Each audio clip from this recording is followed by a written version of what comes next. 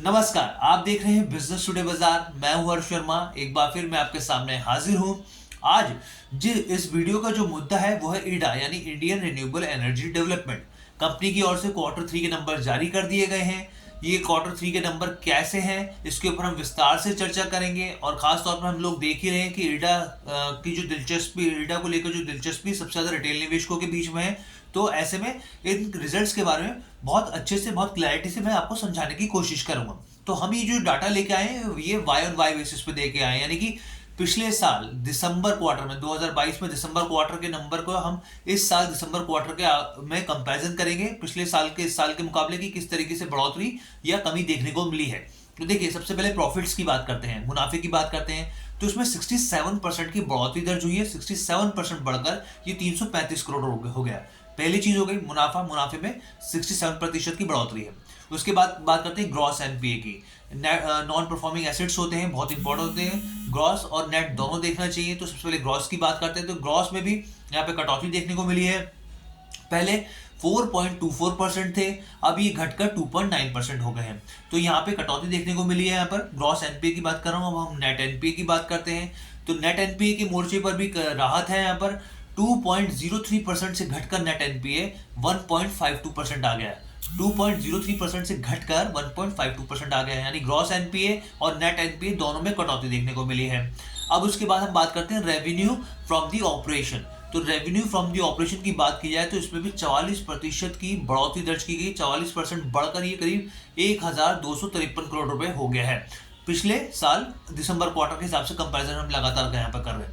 अब loan book की बात करें, बहुत इंपॉर्टेंट होता है क्योंकि ये जो कंपनी है इसका बिजनेस मॉडल ही लोन बुक के हिसाब से उस पर डिपेंड करता है। तो लोन बुक में भी यहाँ पे अच्छी खासी बढ़ोतरी देखने को मिली है। पिछले साल जो लोन बुक थी इनकी 37,807 करोड़ के आसपास की थी। इस साल इसमें 33% से ज्यादा की बढ़ोतरी हुई है और ये मैं आपको बताऊं 37,800 करोड़ से बढ़कर करीब करीब 50,580 करोड़ के आसपास पहुंच गई, यानी 33% की लोन बुक में बढ़ोतरी दर्ज की गई है। ये चीज क्लियर हो गई लोन बुक के मामले में। अब एबिटा की बात करते हैं, बहुत इंपॉर्टेंट होता है एबिटा। तो एबिटा में भी 51% की बढ़ोतरी दर्ज की गई। 51% बढ़कर ये करीब 1,154 करोड़ रुपए हो गया है।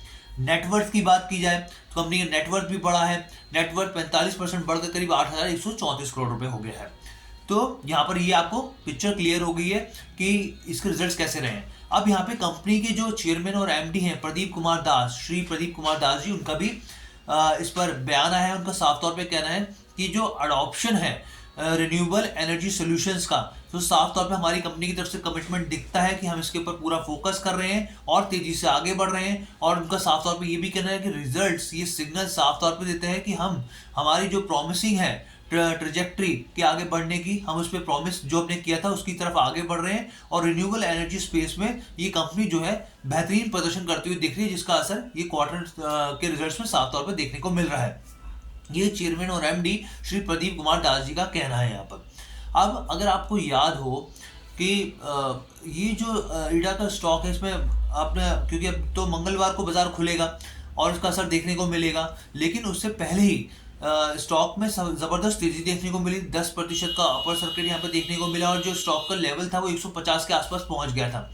आप सोचिए, आईपीओ जो आया था, इसका आईपीओ जो इशू था वो करीब 32 रुपए का था और तब से लेके अब तक ये 365% से ज्यादा का रिटर्न दे चुका है।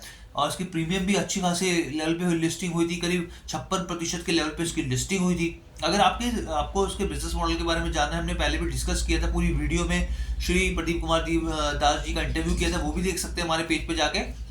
वरना मैं आपको शॉर्ट में बता देता हूँ कि बेसिकली ये जो कंपनी है 1987 में फॉर्म हुई थी। ये स्टेट रन कंपनी है और बेसिकली ये एनबीएफसी की तरह काम करती है, जो बैंकिंग फाइनेंशियल्स होते हैं। लेकिन यहाँ पर क्या होता है, ये जो कंपनी है वो बेसिकली प्रमोट करती है ऐसी कंपनी को जो डेवलप करते हैं, जो एक्सटेंड करते हैं उन प्रोजेक्ट्स को जो रिन्यूएबल एनर्जी से जुड़े होते हैं। उनको फाइनेंशियल असिस्टेंस, कंपनी जो है फाइनेंशियल असिस्टेंस देती है, यानी वित्तीय मदद करती है उन कंपनी के जो कि रिन्यूएबल स्पेस में प्रोजेक्ट्स कर रहे होते हैं, उस पर काम कर रहे होते हैं, उस पर आगे बढ़ोतरी कर रहे होते हैं, इस तरह की चीज़ों में।